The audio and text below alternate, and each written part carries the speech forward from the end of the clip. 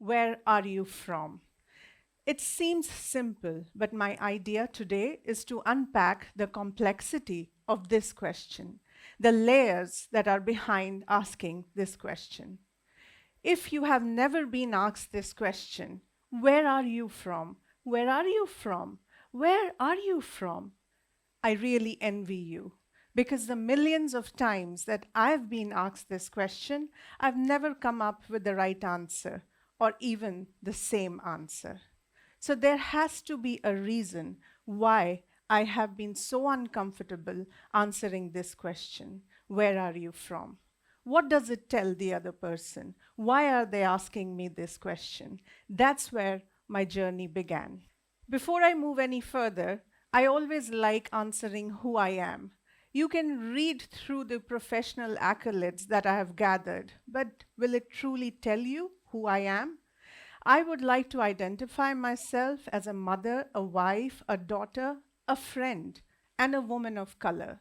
Apart from that, anything that's put on paper does not truly identify me. Identity is beyond that narrative. Identity is beyond the narrative of race, culture, religion, or country, or what we do. And that's what I'm here to ask you. So, to know actually who I am, we have to go back to our roots. I would like to mention my two first influential teachers in my life, my parents, and that's where my identity starts.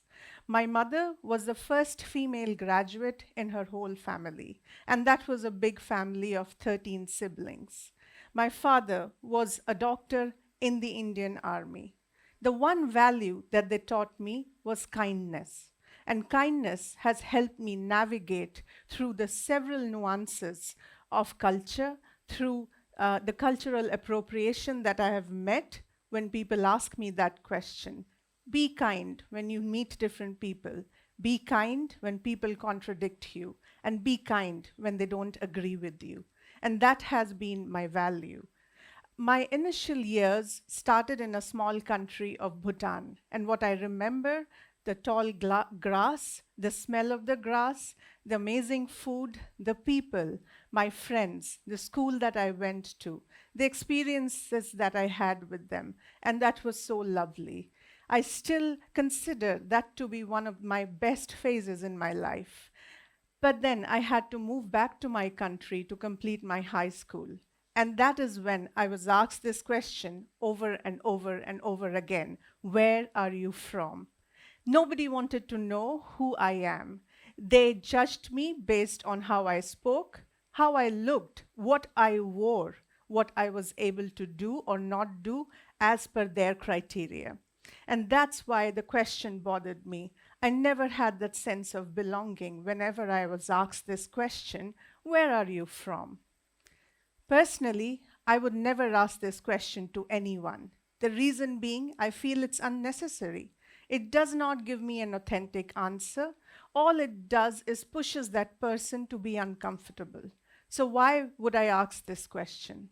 So today I'm here to probably stir this idea within you when you ask yourself, do you ask this question? Is it necessary? How can we avoid asking this question? This is a famous illustration from the cartoonist Simon Kneebone. As simply put, the first question, why do people ask this? Where are you from? These people, of course, had to say Earth. Believe me, the question comes from a place of judgment, probably uncivilized education, because civilized people consider themselves to be living together, to be part of the same community, or lack of awareness of diversity, or the mentality of being a frog in the well. The frog in the well does not know the world outside the well, and that is why is always shocked when somebody from outside appears. So I would say this question is asked when you do not expect a person to be the way that they are.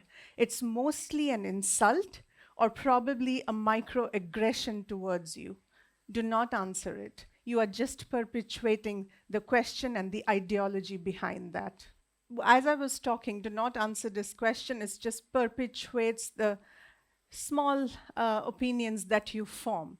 This is an example of my own son. He's been through many international schools, he's lived in many different places, and he's learned many languages. He likes to identify himself to a place where he belongs. For example, in many international days celebrated in schools, once he was a Tanzanian, the other time he was a Chinese. The reason being, he has his friends who speak the language, who accept him no matter how he looks. He feels more aligned to them. His ideas are formed where he's staying, what he's experiencing. One country, one passport cannot define him. If we keep asking him that question or any other child that question, they will not be able to give you a full picture. That is why I would like to drive this idea of identity. Identity is the experience of belonging.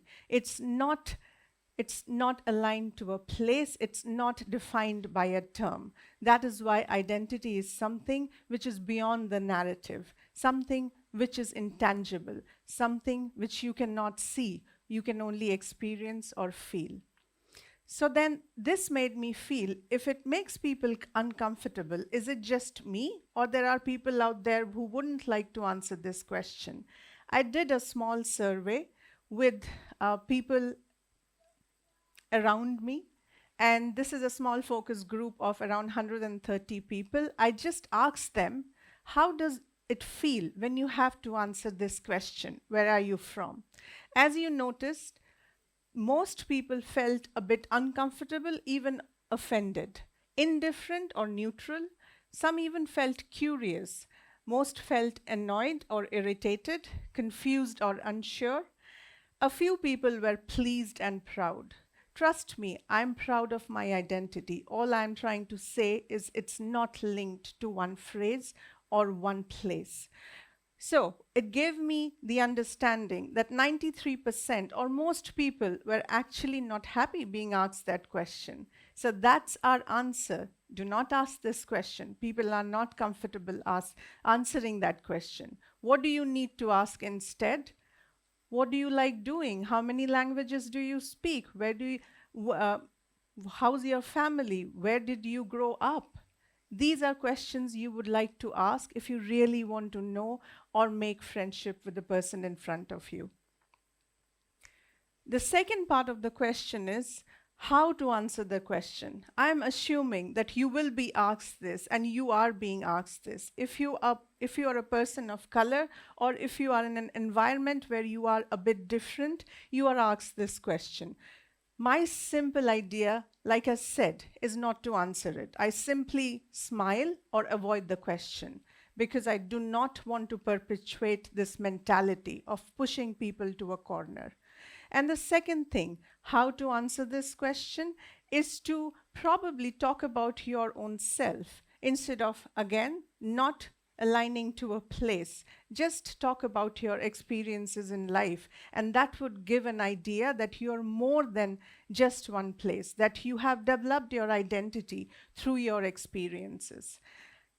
Also, there's one more thing we need to consider. Why are we asking this question? Have we ever thought about ourselves as humans? Why are we? What is pushing us to ask this question? So let's do a brief test. These are 5 questions I'm going to read out. In your head, you will just answer yes or no. You do not have to share it with anyone. As I'm reading, just reflect and answer it yourself. Do you surround yourself with people who support the same political ideology? Have you lived in one place for all your life? Are you part of a like-minded social media group? Are you friends with people who share the same ideas, perspectives, likes and dislikes similar to yours? Do you passionately defend your perspectives? If you have answered yes for 3 or more questions, you are in the danger of living in something we call an echo chamber. An echo chamber is a mental wall we all create around ourselves to hear the things that we want to hear, to look at things the way we look at it, never to Look beyond the narrative, never to cross the boundaries, to define something can be different. So if you're here, my friend, please break away from the mental walls. Try to understand something that's different from you. It's easier said than done. I have come up with 5 very simple strategies. The first one, make some weird friends. We associate the term weird with anything that's different. Somebody looks different from you, you keep away from them. Be brave, go ahead. That's the first step of breaking your echo chamber. Listen to the absurd. We associate the term absurd to something that is a contradictory perspective. You always say, I don't understand, that's absurd. But that is where you need to check yourself. Perspectives that are contradictory are necessary for your own mental growth, for your own intellectual growth. So get into a discussion and a debate to listen, not to contradict, and listen to the absurd. Burst the filter bubble. The filter bubble, as we all know, is created by technology, now artificial intelligence and social media. We are staying in a bubble and we don't realize that, but it's becoming an iron cage because we are not willing to get out of this bubble. So try and get out of the bubble as long as it's still a bubble. Once it becomes an iron cage, it won't be possible. Make fun of yourself. A famous man once said, be hungry, be foolish. The idea is ridicule your own ideas. Be brave enough to take in criticism, take feedback. That's how we learn. And finally, like the unlikable. All of us, be it on social media, in life, give a like to things that we understand, that are close to us, that are our friends, or maybe some selfish reason. We have never liked something that doesn't agree with us. Social media, AI has an algorithm that works on your likes and creates your identity profile.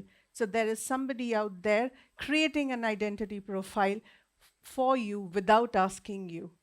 One like outside what you actually like breaks this algorithm. That's the power of liking something unlikable. Do these 5 things. I assure you, you will have a new vision towards life and you will also start looking at your own identity. I would like to read from a book from Yamil Mendez, and I'm not going to read everything, but a few lines which really stood out for me because this is a question young children in schools asked. As parents, as guides, how many times have we actually given them the right answer? So a young child asks, where are you from? They asked. Is your mom from here?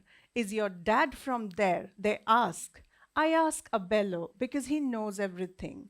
Abello says, you come from the pampas, the open free land, he says, from the land where our ancestors built a home for all, even when they were in chains because of the color of the skin. You come from the sunshine, the lights that lights our path in this world, the rain that washes away our mistakes. But Abello, I ask, where am I really from? Abello laughs. You want a place? He points to his heart. You are from here, from my love and the love of all those before you.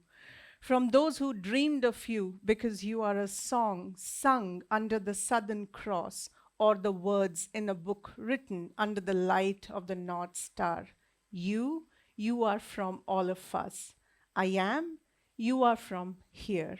So my answer to that question is very simple. I would like to say that I am a story. If you want to know that story, do not ask me the question, where are you from?